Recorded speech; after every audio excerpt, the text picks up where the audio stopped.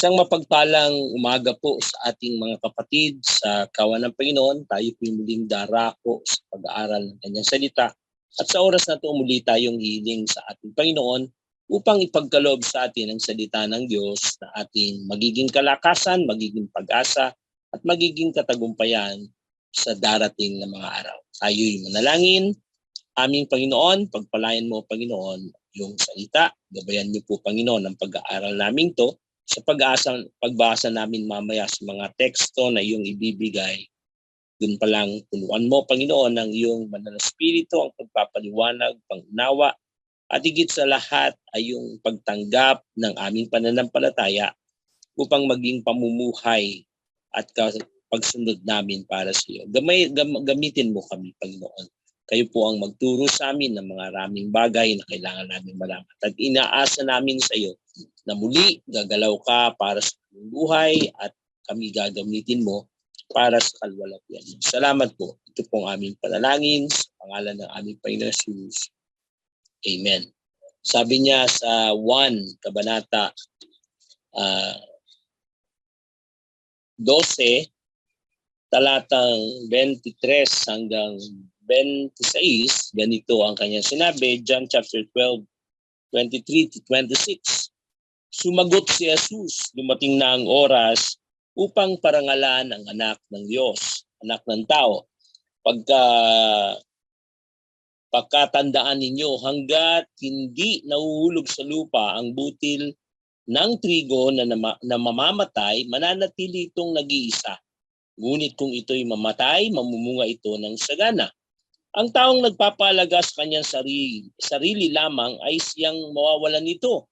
Ngunit ang taong hindi nagpapahalaga sa kanyang buhay sa daigdig nito ay siyang magkakaroon ng buhay na walang hanggan. Ang naghahangad na maglingkod sa akin dapat sumunod sa akin, at saan man ako naroon ay pumaparoon din siya, pararangalan ng Ama ang sinumang naglilingkod sa akin. Sa talatang ito, makita natin ang pangangaral ng ating Panginoong Yesus nung nasa lupa siya, nung kaharap niya yung kanyang mga alagad at nung malapit na siyang mamatay sa krus. At dito sa eksenang to, merong mga nagtanong, lumalapit na mga hentil na siyang isa sa bahagi ng dahilan kung bakit siya mamamatay sa krus, kasi isasama tayo sa pangalawang tipanang inilaan ng Panginoon. Isasama tayo sapagkat tayo na ngayon yung mga nagmana ng pananampalataya ni Abraham. Tayo yung kanyang katipan na sa pangalawang tipanan, no? Kaya dito makita natin ang ilang katotohanan tungkol dito na sa kabila ng may mga pangyayaring mahalaga, laging merong nauna. Laging meron nauna. Kita natin ang kaligtasan. Bago dumating ang kaligtasan, nagkaroon muna ng mga anong tawag dito? Yung mga kagaya ng pista, kagaya ng mga type of Christ. Lahat yun nauna kasi para pagdating nung totoong pag-aalay ng katawan ng Panginoong Yesus o ng kanyang buhay, ay mas malinaw na sa kanila yung koneksyon ng kaligtasan. Maging sa buhay ni Jesus, makita natin na siya'y bababa sa lupa, na ang dulo ay para siya iluwalhatian. Ang sabi dito, sabi niya dumating na ang oras na upang parangalan ng tao. Pero hindi yun yung first, bagamat yun yung una-unang talata. Sabi niya, pakatandaan ninyo, hindi nahuhulog sa lupa ang butil ng trigo at namamatay, mananatili itong mag-iisa. Ito na yung una, na kailangan munang mahulog yung buto ng trigo upang ito'y manatiling nag-iisa at mamatay, at pagkatapos saka ito mamumunga. No? Makita natin, luluwalatin siya, pero kailangan may mauna. Mauna yung cross bago yung kanyang kamatayan. Bago dumating yung kaligtasan, makita natin mauna munang magpapakahirap ang Panginoong Yesus para siya. At sa ganung proseso, makikita natin ang napakaraming bagay na laging ganun yung yung parang hulmahan ng Diyos.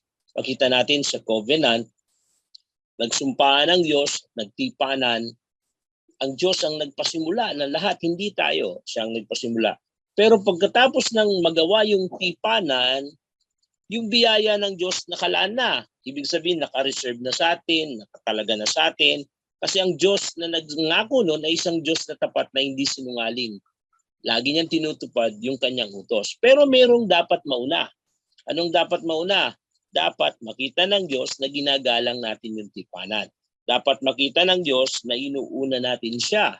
Sa Bible, ang word doon ay fear the Lord. Nang ibig sabihin, matakot tayo sa Diyos. Ibig sabihin, kapag ganun yung paggalang natin sa Diyos, yung pagkatakot natin sa Diyos, lagi siyang nagiging pangunahin sa ating buhay. Ang isa sa pinakasikat na talata dito ay Matthew 6:33. Marinig natin to sa mga kanta, maririnig natin to sa memory verse ng mga bata.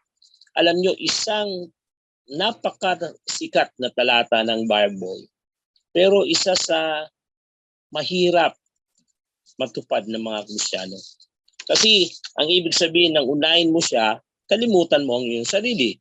Ang ibig sabihin nung unahin siya sa lahat ng bagay, ng kanyang kabutihan, ang kanyang kalooban at ang kanyang katwiran, ang ibig sabihin meron kang itatakwil o meron kang pababayaan.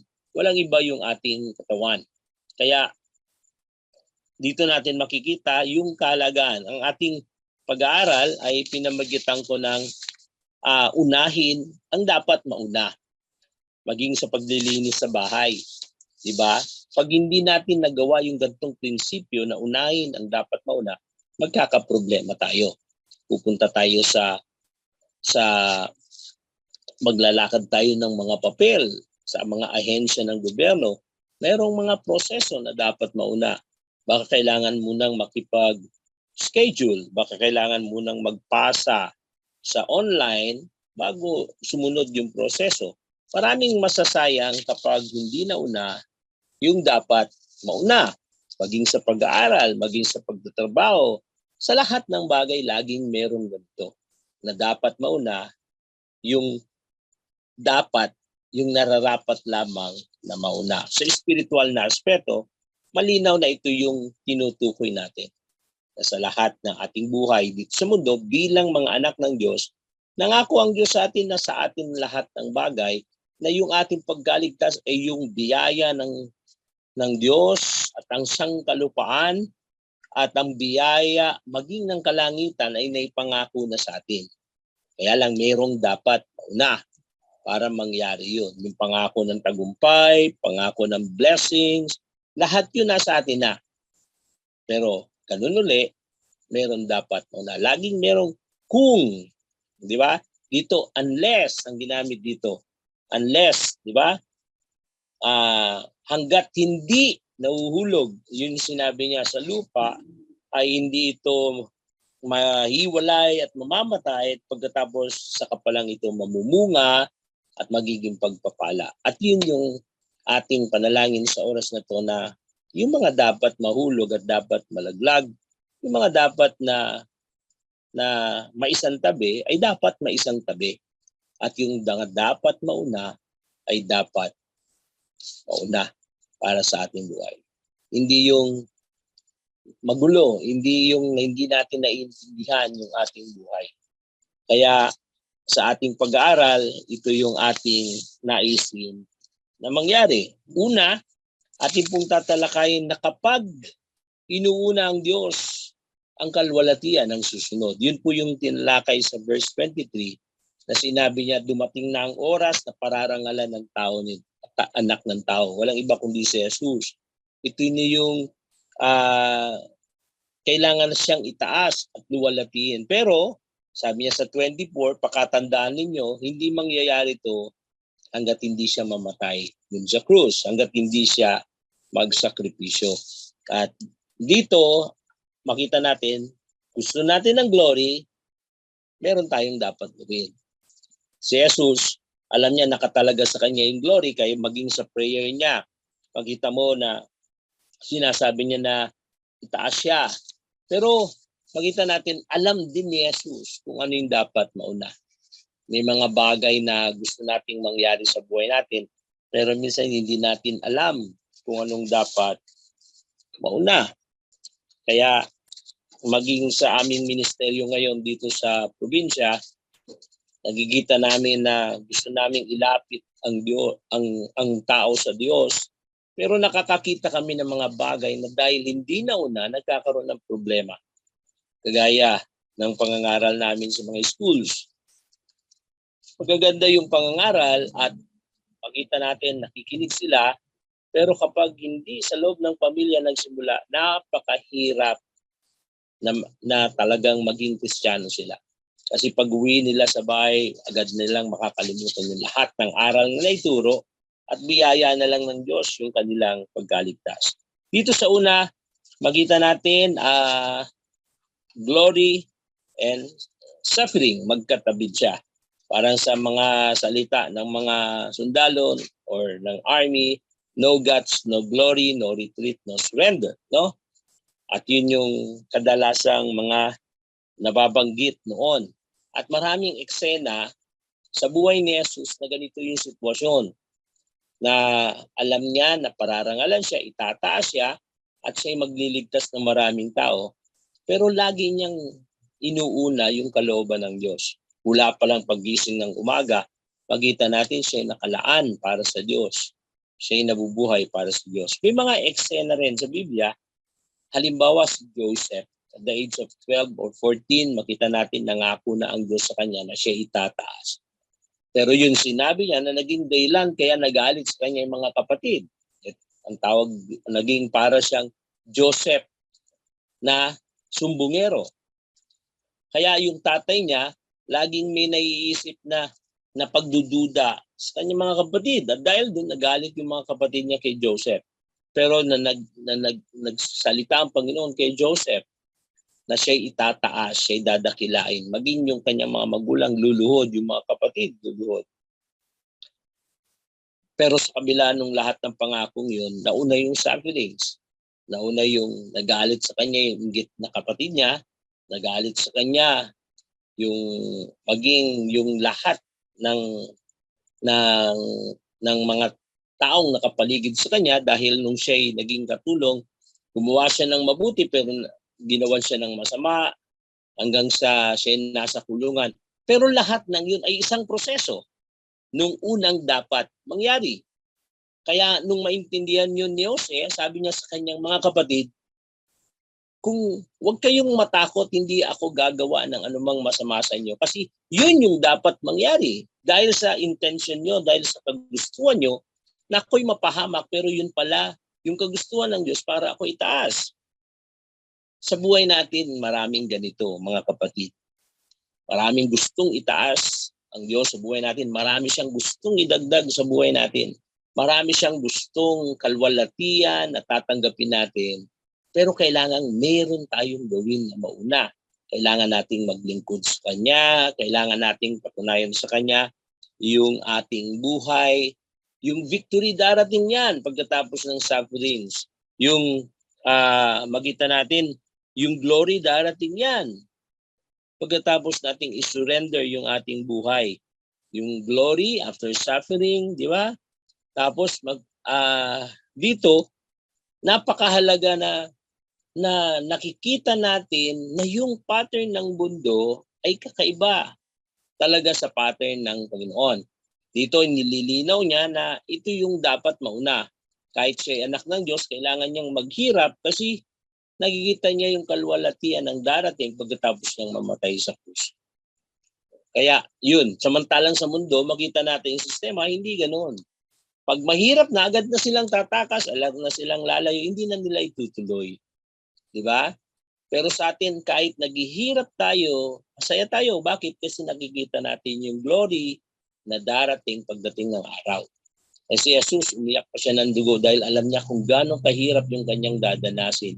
Pero pagkatapos nun, makita nun, itinaas ang kanyang pangalan, nangigit sa lahat ng pangalan, maging ang lahat ng tao ilulod sa kanya at siya'y sasambitin ng lahat ng dila na siya ang Panginoon. Bago nangyari yun, nangyari muna yung crucifixion na kung saan baliktad lahat. Abase, pag-humiliate, pananakit na mga salita, pangit na mga issues na ibinato sa kanya. Pero dahil nagpakumbaba siya sa Panginoon at patuloy na lumalakad ayon sa kagustuhan ng Panginoon, nangyari ang pinakamabuti. Pangalawang bagay, mga kapatid, yung tinatawag natin kapag inuuna ang Diyos, ito yung karakter na mamanahin natin.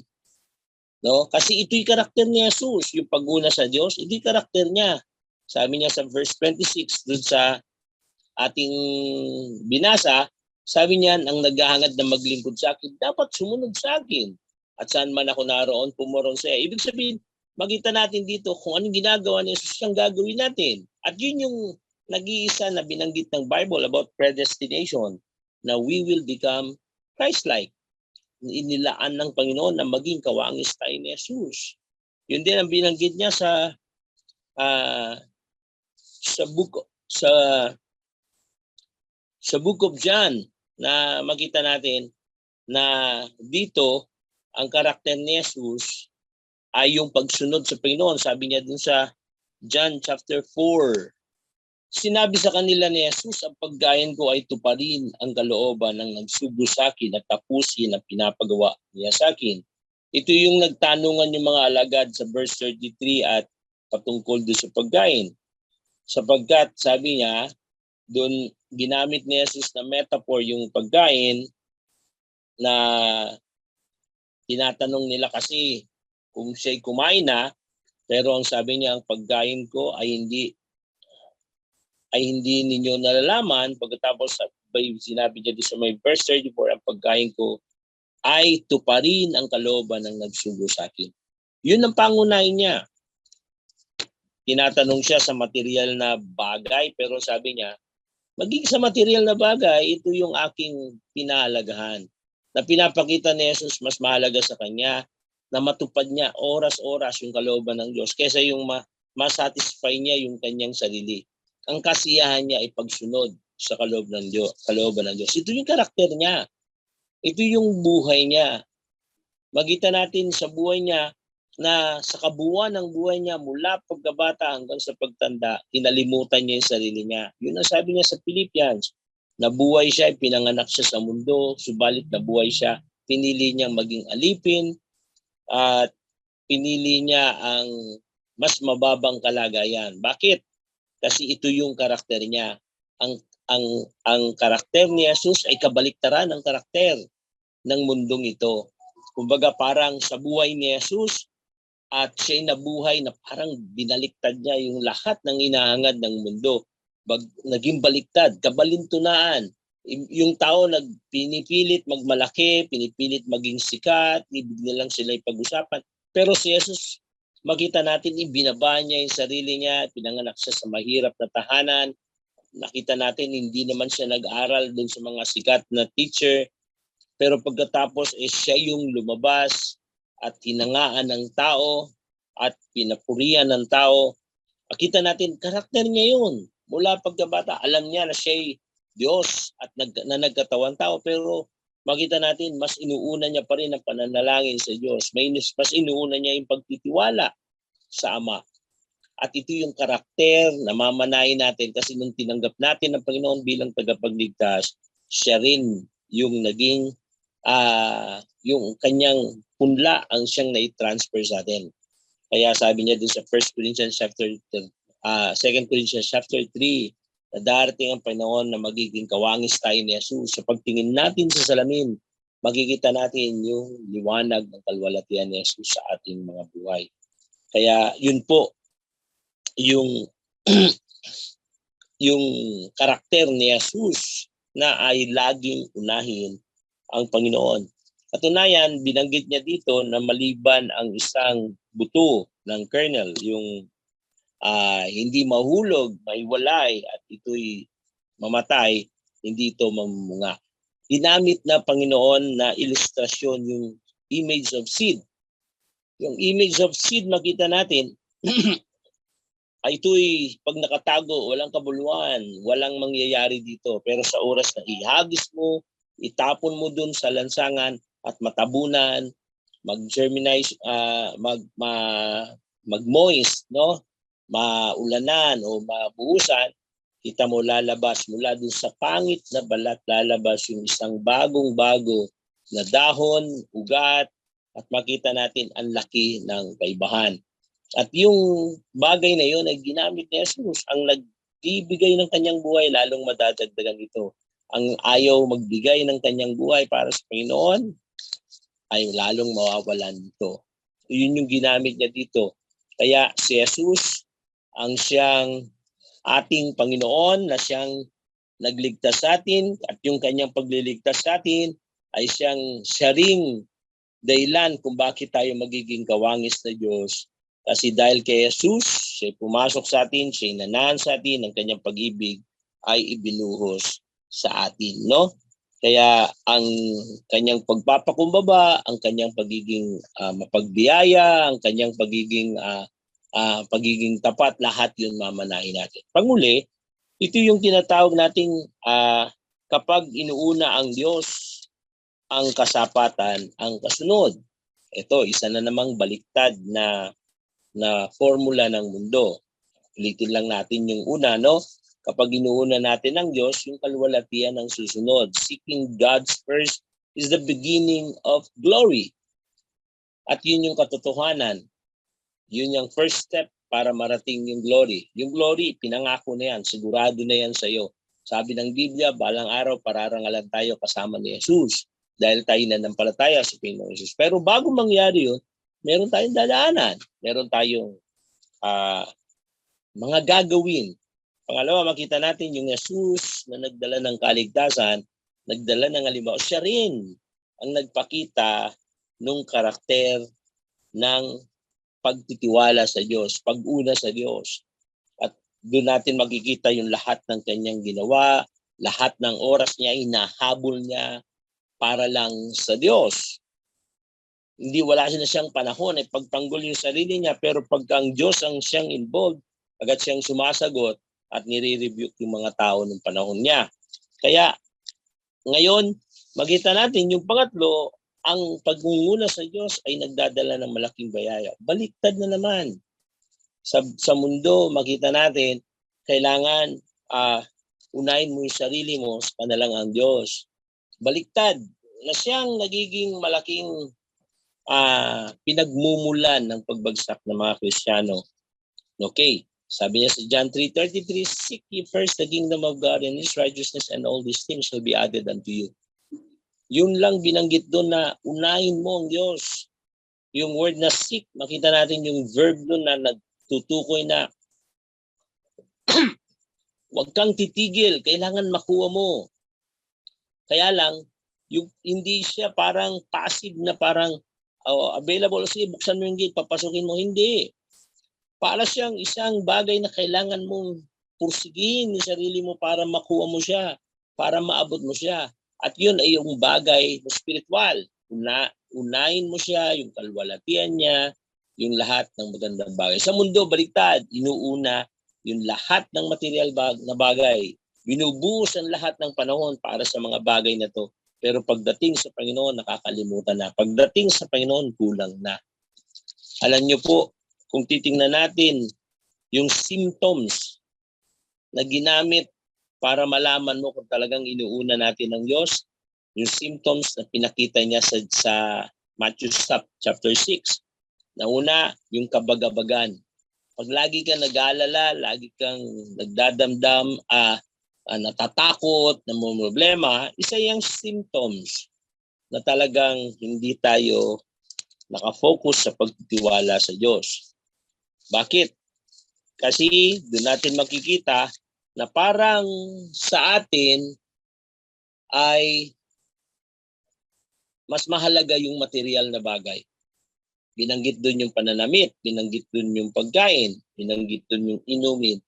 Pero lahat ng yun sinabi ng Diyos doon sa kanyang ilustrasyon, hindi ako nagbibigay ng malaking panahon dyan kasi ginawa ko na yan mula pa sa una. Meron nang nagpapakain dyan, meron nag-provide. Maging si Solomon na gustong maging sikat at maging parangal, hindi nakapagdamit nung damit doon. Kaya Dito makikita natin pagdating sa pagsunod sa Panginoon, hindi siya papayag ng partial obedience. Hindi siya papayag na ang pagsunod natin hanggang dun lang sa gusto natin. Hindi siya papayag na ang pagsunod natin ay pinipili natin sa areang ito. Sige, susunod ako. Itong areang ito, hindi. Itong area. Hindi ganun. Ang ibig sabihin ng seek ye first na minsan ang akala lang natin puro gawain sa Panginoon. Puro about church. Yung seek ye first, pag hindi umaten, yun ang verse natin. Sister, di ba? Seek ye first the kingdom of God, di ba? Kapag yun ng brother, laging yung ano natin. Pero kung titingnan natin yung word na seek ye first and His kingdom, ang ibig sabihin ng kabuuan ng plano ng Diyos. Ano yung plano ng Diyos? Dapat pinapahalaga natin. Hindi yung partial lang na, Panginoon, susunod ako dito, dito hindi. Sa lahat ng bagay nito, dapat nararamdaman ng Diyos na tayo sumusunod. Katunayan, hindi lang sa atin, maging sa buong pamilya natin. Hinihingi rin ng Diyos na sila rin ay makasama nating sumunod sa Panginoon. Yun ang nais ng Panginoon sa atin. At yung mga symptoms na yun, basahin ko isa-isa. Una ay worldliness, pangalawa worldliness. Bakit worldliness? Kasi pag nawawala yung ating malalim na ugnayan sa Diyos at hindi na natin siya inuuna, yung kanyang kalooban, hinihila tayo ng mundo. At makita natin, na-adapt na natin yung sistema ng mundo na siyang opposite, kabaligtunaan ng karakter ni Jesus. Or magiging para tayong pagan, sabi niya sa Mike 6, huwag yung pagkabalaan ng mga bagay na yan kasi yan ang gawain ng mga pagano, ng mga hindi nagtitiwala sa Diyos, hindi naniniwala sa Diyos. Ibig sabihin, kapag nasa atin yung symptoms na to, may problema, nagiging mukha tayong hindi mananampalataya. Tapos makita natin yung self-trust, mas nagtitiwala tayo sa kakayahan natin, sa diskarte natin, kaysa sa kakayahan ng Panginoon. At dito rin makikita natin yung napakasimple ng talata pero napapabayaan sa ating panahon. Pag-una niya, silipin natin sa loob ng sa Sunday na pinagkaloob niya ang 7 araw, pero doon sa ika-7 araw na kung saan dapat nandun tayo, hindi tayo, minsan mas nauuna natin ang ibang bagay, no? Bagamat hindi issue sa akin yung day, minsan kahit Sabado, minsan kahit Lunes, kung magawa mo yan, walang problema. Kung hindi ka makapag-attend ng Sunday, hanap ka ng ibang araw na mayroong nagsasamba, doon ka pumunta, makita mo, maiuna mo ang Diyos. Hindi lang naman sa gawain, maging sa mga desisyon. Paano tayong magsalita? Nararamdaman ba ng Diyos na inuuna natin yung paggaling natin sa Kanya? Paano tayong magdesisyon sa ating mga gawa, sa ating buhay, sa ating pamilya, no? Sa ating mga finances, sa ating mga priorities, mga gawain, paano nating nauuna ang Panginoon? Mga kapatid, sabi ni Jesus, alam niya na patapos na yung araw niya. Alam na darating na yung siya yung mapapako sa krus. Kaya sabi niya, dapat mangyari lahat ng ito upang ay balik yung kalwalhatian ng Diyos. Ang mga nagsasakripisyo sa Panginoon, mga kapatid, hindi nalulugi. Yan ang sabi ni Habakuk. Sabi nga, darating ang araw, patutunayan ko yung kaibahan ng mga naglilingkod sa hindi naglilingkod. Basahin ko sa ating huling pagtatapos, yung binanggit niya sa Jeremiah. May binanggit siya sa Jeremiah chapter 32, verse 29 to 41, sabi niya, magkakaisa sila ng puso at layunin sa pagsunod sa akin para sa kanilang kabutihan at sa kanilang mga anak. Makikipagtipan ako sa kanila ng isang walang hanggang tipan. Pagpapalain ko sila habang panahon at tuturuan sumunod sa akin ng buong puso upang hindi sila tumalikod sa akin. Ikagagalak ko ang gawan sila ng kabutihan. Tingnan nyo, ikagagalak ko na gawan sila ng kabutihan ipinapangako kong patatatagin ko sila sa lupaing ito at gagawin ng buong puso't kaluluwa. Doon sa may verse 41, ito yung lahat ng tatanggapin ng tao. Pero mula verse 39 hanggang 40, ito yung kondisyon ng Diyos. No? Kailangan makita ng Diyos sa buhay natin, siya yung una. Walang reservation, hindi reservation ang anumang bagay, kundi siya yung una. Siya yung pangunahin sa buhay natin. Kapag yan ang napatunayan ng Diyos, ang napatunayan natin sa Diyos, ang sabi niya, ito ang gagawin ko. Di ba? Yung kabutihan, ang siyang tatanggapin natin, hindi lang yun, kundi patatagin niya yung ating pamilya sa lugar na to. Pero hinihingi niya rin yung ating kasambayanan. Hinihingi niya din yung ating pamilya na kasama natin na inuuna ang Panginoon. No? Nawa, naintindihan natin at nalaman natin at ito yung malinaw. Formula kasi ito ng Diyos na siyang hindi minsan napapalagan. Tingnan nyo subukan natin maging abala sa mga material na bagay, lalo itong nawawala. Subukan natin na nakafocus tayo sa paglilingkod sa Diyos, kita mo dumarating at iba't ibang paraan paano kang pagpapalain ng Diyos. Kasi formula to. Sa mundo, busy ako, may business ako paglinggo. May gagawin kami paglinggo, nakakatipid kami kasi ng trabaho paglinggo kasi nandun lang. Kaya tinatapat namin dun yung trabaho.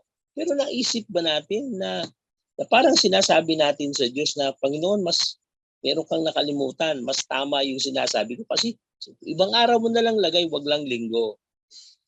Hindi pwedeng gano'n na parang sinasabi natin sa Diyos na na yung may area na tama tayo at may area na mali siya. Alam niyo po, ang mali ay mali.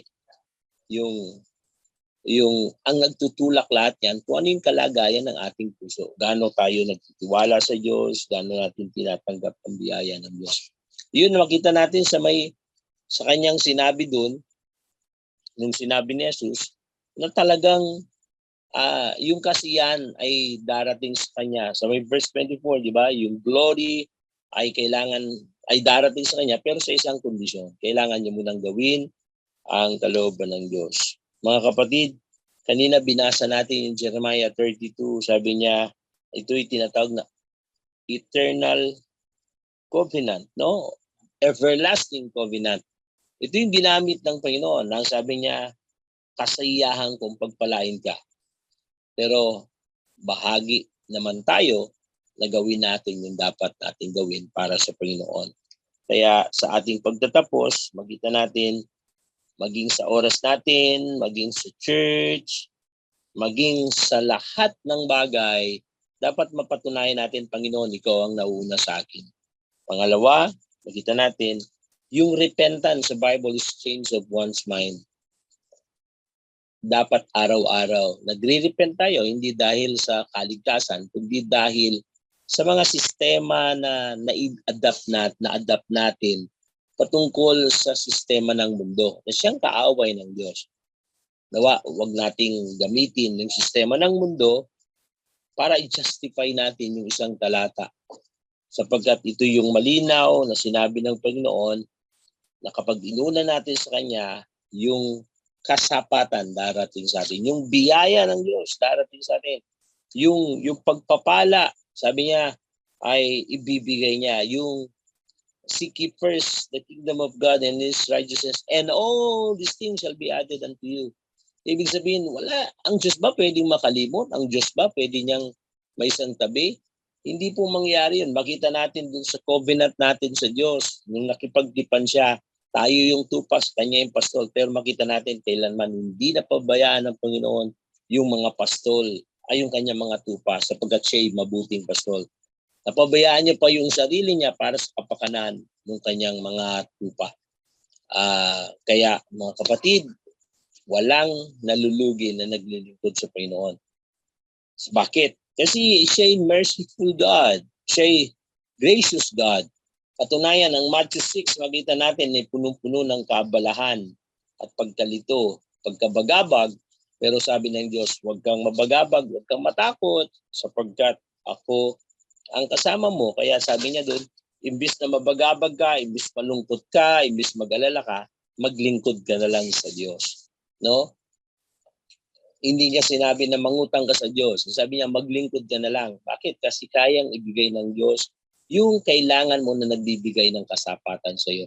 Kayang ibigay ng Diyos yung bagay na sa tingin mo at maging sa hindi mo alam ay kayang ibigay ng Diyos yung saktong pagpapala para sa iyo. Sa ating pagtatapos, mga kapatid, tanggapin natin ang salitang ito, naway pagpalain tayo ng Panginoon sa ating buhay at maging alerto tayo sa lahat ng ating gagawin kung paano natin niluluwalhati ang Diyos sa ating buhay. Maglingkod tayo sa lahat ng paraan, sa ating kongregasyon, sa ating mga kaibigan, dalhin natin sila sa kawan ng Panginoon. At naniniwala ko na ang pagpapala ng Panginoon ay bubuhos sa buhay mo sapagkat marami pang potensyal na nariyan na gusto ng Diyos palabasin.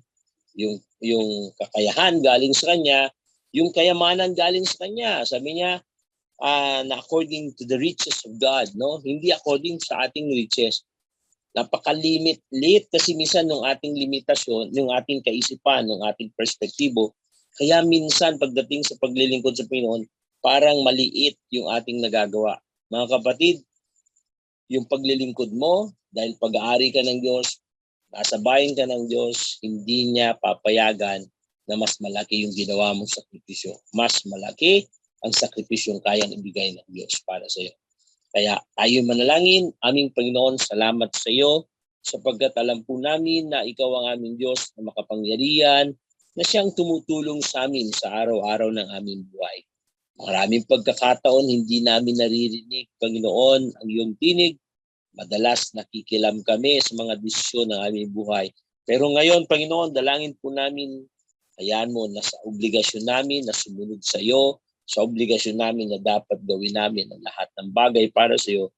Nawa po, Panginoon, ipuin mo yung mga anak na maging pangunahin ka sa buhay namin upang ang kasiyahan ay aming tanggapin.